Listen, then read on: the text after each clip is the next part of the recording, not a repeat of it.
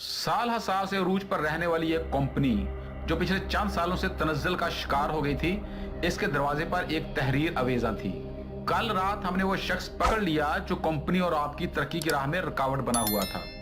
लिहाजा आप सबसे इल्तमास है कि इस शख्स को देखने के लिए कंपनी के हाल में जमा हो जाएं।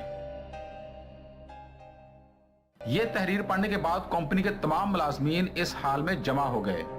यार, ये कौन शख्स हो सकता है जो पिछले चंद सालों से कंपनी को नुकसान पहुंचा रहा है? हाँ यार, मैं भी यही सोच रहा हूँ कि आखिर वो कौन बदबख्त है जो ना सिर्फ कंपनी को बल्कि कंपनी के तमाम अमले को नुकसान पहुंचा रहा है।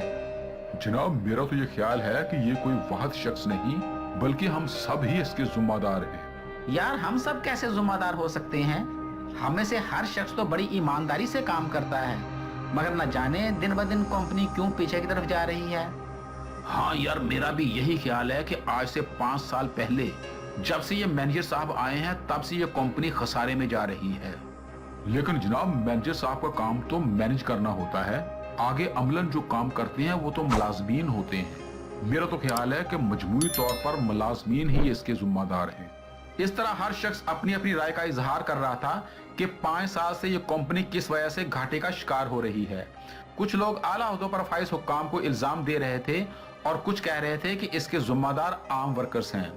बिलाखिर ये अनाउंस किया गया, आप सबसे इल्तमास है कि सामने लगे हुए पर्दे के पीछे जाएं और उस शख्स का दीदार करें जो पिछले 5 सालों से कंपनी को बर्बाद करने का बाइस बना हुआ है।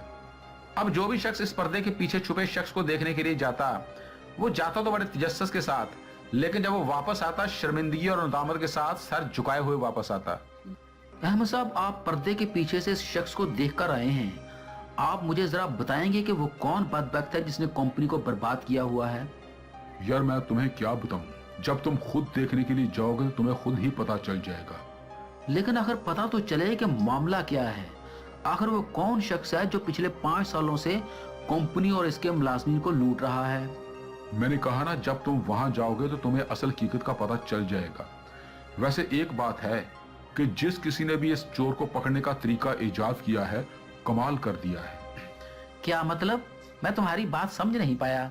मतलब यह कि वो आदमी बड़ा ज़हीन है जिसने ये तरीका निकाला कि इस तरह करके हम इस चोर को सुधार सकते हैं, जिसकी वजह से ये कंपनी पिछले 5 साल से खसारे में जा रही है।